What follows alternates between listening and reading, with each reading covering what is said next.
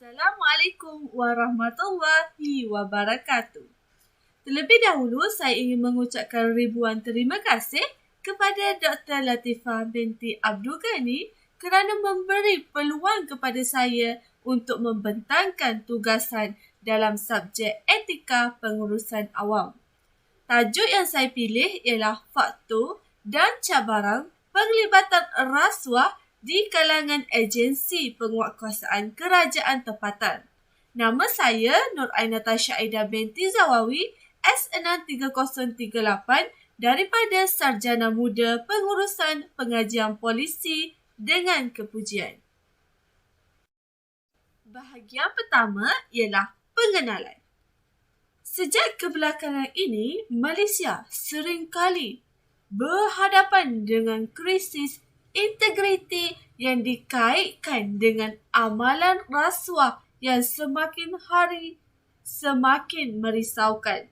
Hal ini kerana amalan rasuah bukan sahaja terbatas dan berlaku kepada penjawat awam semata-mata, tetapi turut menular di kawasan orang awam dan agensi penguatkuasaan tempatan terutamanya. Jadi, isu ini juga dianggap serius dalam membangunkan sesebuah negara yang dipanggil harmoni. Justru, hal ini akan membawa kesan yang buruk dari penularan amalan rasuah kepada sesebuah negara kerana ia sangat merugikan serta mencemarkan imej kerajaan dan negara. Bahagian ini akan mengulas beberapa cabaran serta faktor berkaitan dengan rasuah yang sering menjadi masalah kepada agensi penguatkuasaan tempatan, iaitu dalam menggalas tanggungjawab mereka. Cabaran yang pertama kita dapat lihat ialah penggunaan teknologi. Perkembangan teknologi memang tidak dapat dinafikan kerana ia banyak memudahkan urusan manusia dalam setiap kehidupan seharian mereka. Contohnya, dapat berkomunikasi antara satu sama lain dari seluruh penduduk dunia.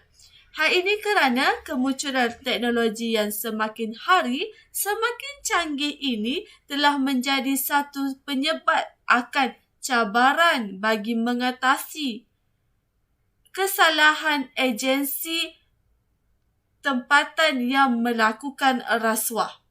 Bukan itu sahaja, kemajuan teknologi ini juga telah menyebabkan penyalahgunaan, iaitu berkaitan dengan cara baharu yang akan memberi rasuah tanpa diketahui oleh pihak berkuasa. Seterusnya ialah kurangnya sokongan serta keyakinan orang awam. Kepercayaan dan sokongan daripada rakyat ini merupakan perkara yang amat penting dalam mencapai kelancaran dalam mengurus pentadbiran sesebuah negara. Begitu juga menangani isu rasuah ini. Hal ini kerana setiap kepercayaan kepada kerajaan merupakan salah satu sokongan kepada rakyat. Situasi ini untuk memastikan setiap pelaksanaan dasar dan polisi yang kerajaan buat dapat dibangunkan dengan berkesan. Di sini pula akan menerangkan beberapa faktor yang menyebabkan isu rasuah ini terjadi. Faktor yang pertama ialah melibatkan dua pihak, iaitu jika pihak pertama ini menuntut dan inginkan sesuatu perkara dan ia mengetahuinya, maka di sini telah membuka peluang kepada pihak kedua untuk menerima ganjaran daripada pihak pertama dengan apa yang ia mahukan. Inilah yang dipanggil sebagai rasuah kerana ingin mendapatkan sesuatu tanpa adanya kerja yang keras, tapi menggunakan kepentingan orang lain demi kemudahan dan kelangsungan hidup mereka. Kebiasaannya, aktiviti ini dilakukan oleh masyarakat yang berasal dari peringkat atas yang memiliki wan, pangkat, harta untuk mendapatkan sesuatu dengan kadar yang segera.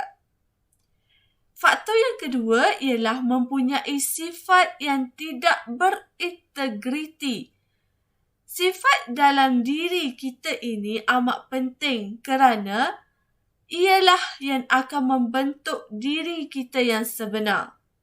Hal ini jelas menunjukkan bahawa mereka yang tidak berintegriti ini memiliki kekuatan fizikal dan akal yang lemah kerana ia mudah tertipu dan diperdaya oleh pegawai-pegawai yang inginkan dan mengambil kesempatan atas kelemahan mereka. Oleh itu, sikap tidak berintegriti ini bukan sahaja akan merosakkan imej bagi seseorang individu itu, malah mencemarkan imej negara dan dipandang rendah oleh masyarakat dan negara lain. Di sini pula akan menceritakan dan membincangkan beberapa cadangan yang bernas untuk mengatasi jenayah ini. Cadangan yang pertama ialah memantapkan iman serta mengukuhkan jati diri dalam diri seseorang.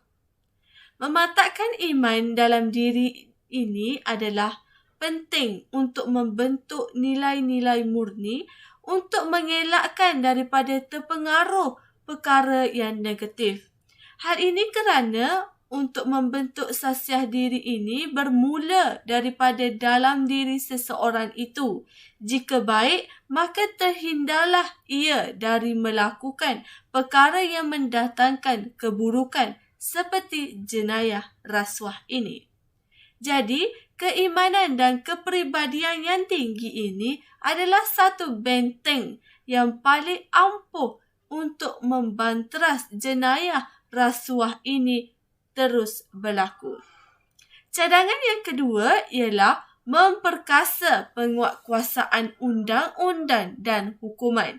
Setiap apa yang terkandung dalam undang-undang perlu dituruti dan diikuti oleh setiap rakyat dan masyarakat dalam sesebuah negara, tidak kira pangkat, kedudukan, agar kelancaran pentadbiran oleh kerajaan dijalankan dengan berkesan.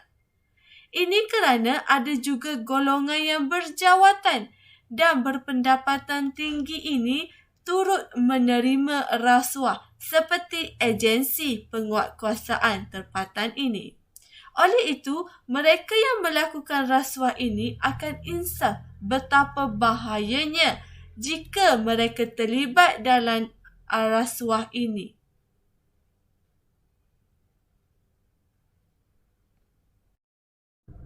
Cadangan yang bernas yang ketiga ialah kemudahan teknologi maklumat ICT.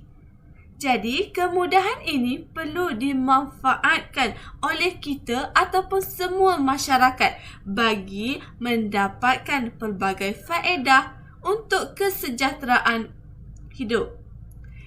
Manakala ketiadaan pula kemudahan ini akan mewujudkan pelbagai kesan atau keburukan, iaitu mengambil masa lama untuk menyelesaikan satu prosedur, sukar dan lambat. Jadi sedikit sebanyak ICT ini melancarkan proses seharian rakyat.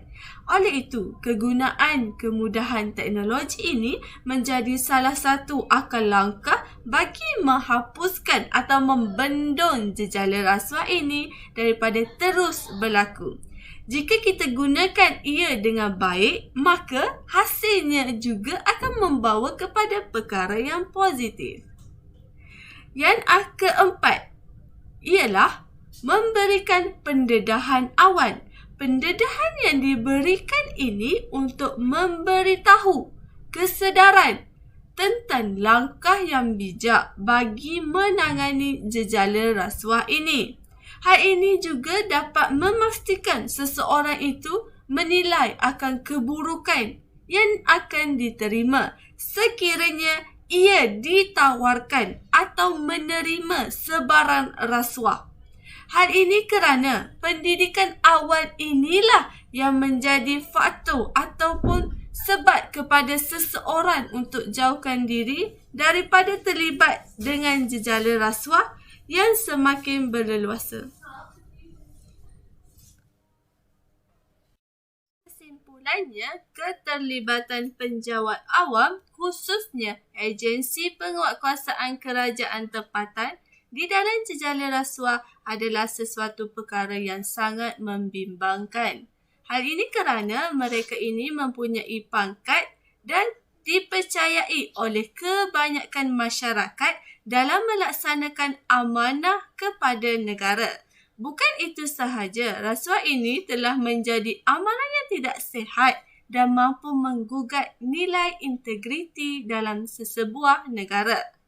Dengan itu, isu rasuah ini perlu dijauhi, tidak kira kita ini orang yang berkepentingan dalam negara mahupun rakyat biasa, kerana masalah ini akan membawa impak yang negatif kepada negara dan generasi akan datang.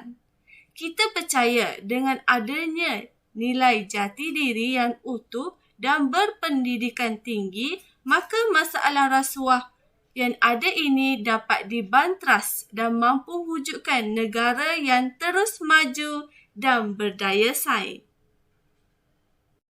Sekian daripada saya. Terima kasih.